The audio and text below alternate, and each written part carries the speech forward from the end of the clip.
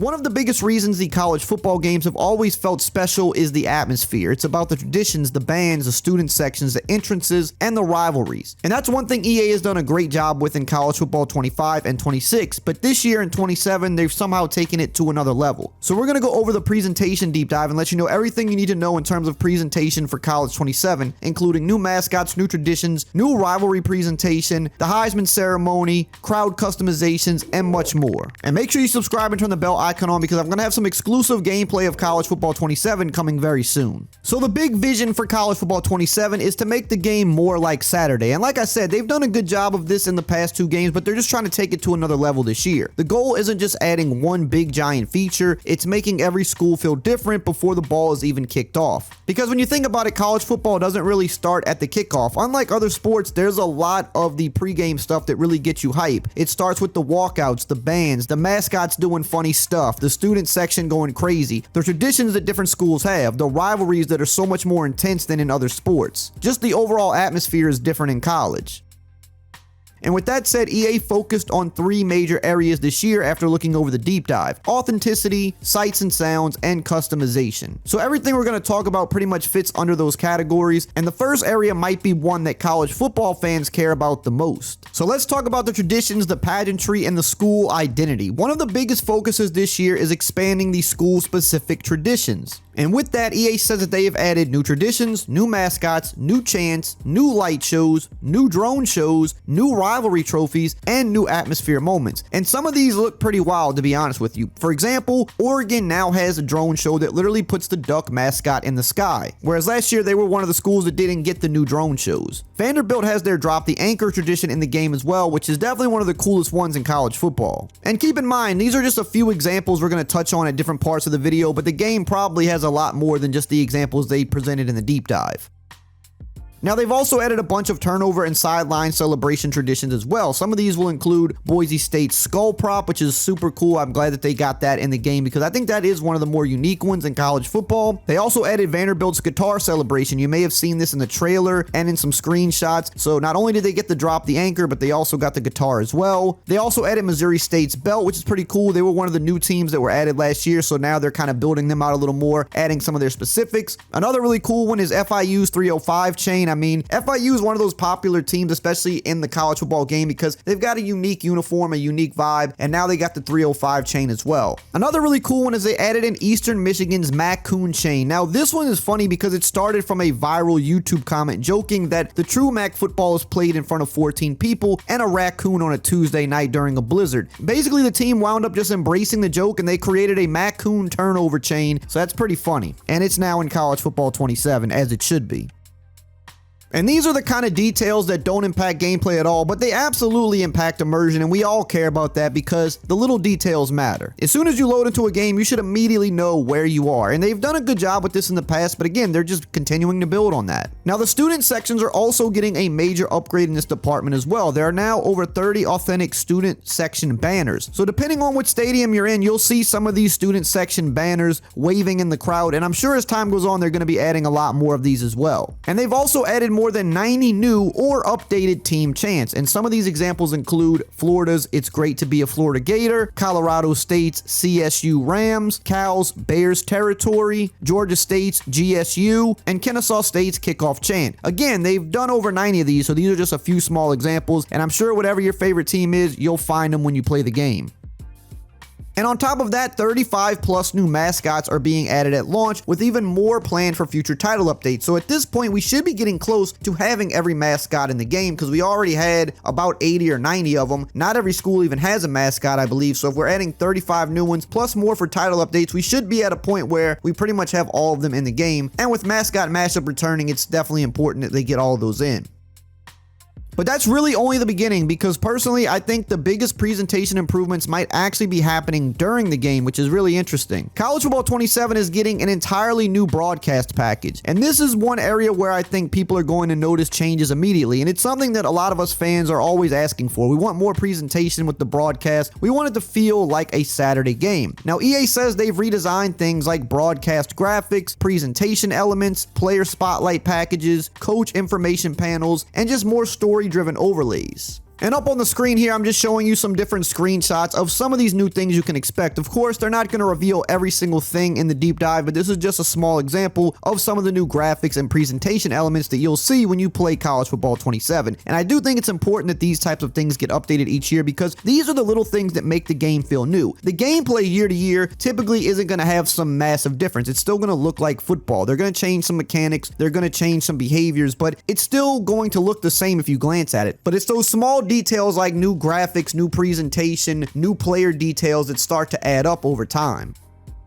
Now, they're also adding some other cool stuff in this department, like around the country halftime updates. That's definitely something we need. I would definitely like to see them do a full-on halftime show, kind of like Madden has. Maybe we'll get that eventually, but right now we do have around the country halftime updates, which is a nice touch. We've also got new quarter transition sequences, so that'll be nice. A little bit of a refresh there. We've also got better player comparisons, so I'm kind of curious to see how that's going to play out, and just more contextual storylines, which is actually important because that is something that definitely can make games feel unique when they're touching on very specific situations. The goal is for the game to actually tell a story as you're playing, or at least that's what they said. For example, if a quarterback comes out hot in the first quarter, the game shouldn't completely forget about that by halftime. If the weather starts becoming a factor, the presentation should acknowledge that as well. If it's a rivalry game and it starts getting heated, the broadcast should lean into it. And that's what EA means by narrative callbacks and more contextual storylines. The game will continue revisiting important developments throughout the matchup instead of treating every drive like an isolated event. And honestly, that is something that sports games in general have struggled with over the years. All sports games struggle with this to some degree, while some do it better than others. This is definitely an area that can always improve, and I'm really curious to see how this is going to play out, because when the commentary is spot on and actually discussing things that are happening in the game, well, then each game feels unique, and that's what you want. You don't want every game to feel the same, because then you get bored pretty quickly.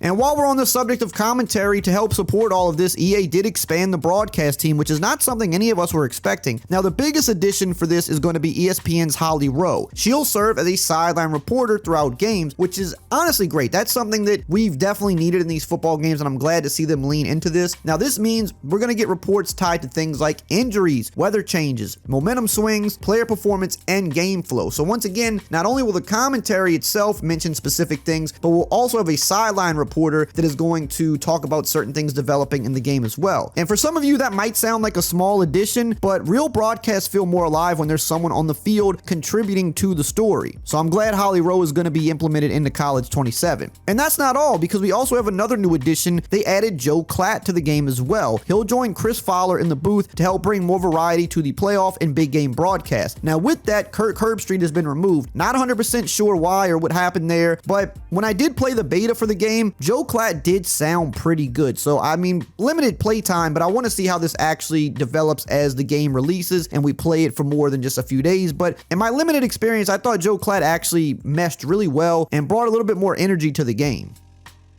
And on top of that, commentary itself has been upgraded with better contextual awareness, season performance tracking, which is important. That means they'll talk about how your season is actually playing out. There's more team-specific storylines, there's more follow-up dialogue, and there's stronger connections between commentary and presentation. So essentially, the booth should feel more aware of what's actually happening around it. We'll have to kind of wait and see, because this is one of those things you got to show me and not tell me, because there's been times in the past where they'll say that commentary is going to be better, it's going to do this, that, and the third, and it doesn't quite live up to that. So I really hope it does, because commentary is one of those things in sports games that is really, really huge, and it seems like it usually falls short of hitting the mark. So hopefully this year we're in a better spot with some of this new stuff that they've added.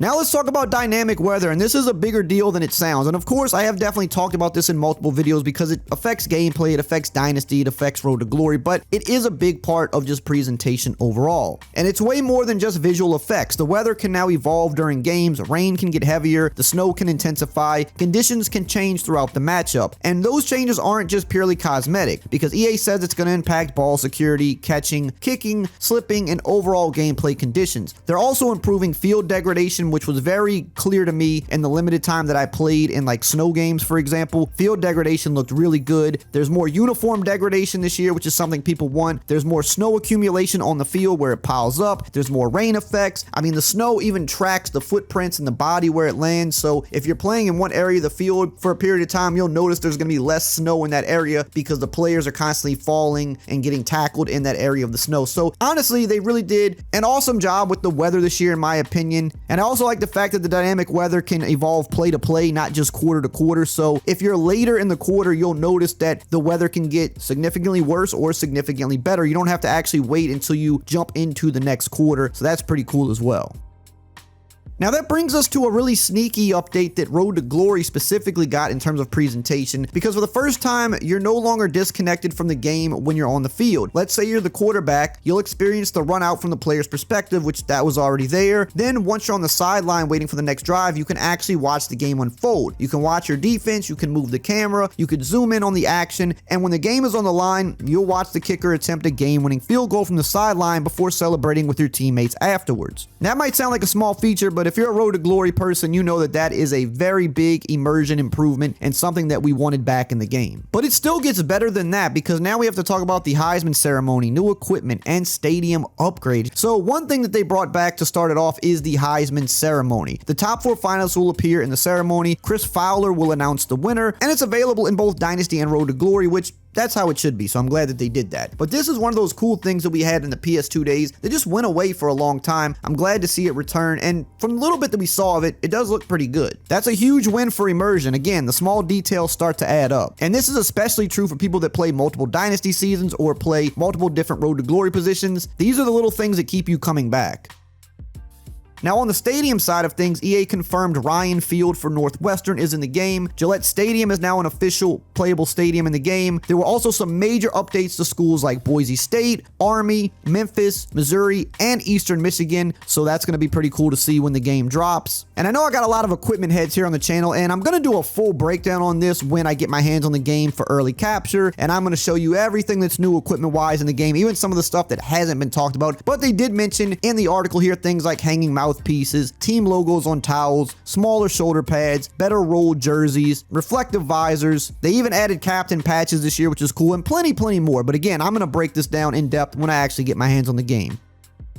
Now all that sounds great, but one of the coolest customization additions hasn't even been talked about yet, but it's time. Crowd themes. You can now manually set your crowd themes. Things like whiteouts, like Penn State, for example. You can set which game you do that now. Or blackouts. Some schools do this. I believe Georgia is one of the schools that do that. Correct me if I'm wrong. If your team has these different themes, you can now manually set them before a game, which I think is awesome. Even things like stripeouts, which most schools do, or any school-specific crowd theme, you can now set it whatever game you want. This literally means if you want Penn State's whiteout for every single home game, you can do that. I think that's awesome. Put the customization in the hands of us. That's what we want. And another cool addition is a new modular camera system with over 16 camera options available. So we can customize things like pre-play cameras, drop back cameras, handoff cameras, passing cameras, and more. You can essentially build your own presentation package. Again, it's the little things that add up. If you're someone that likes to really nerd out and get really deep into all the different customization options, you have so much more creativity this year than you did in the previous 2 years.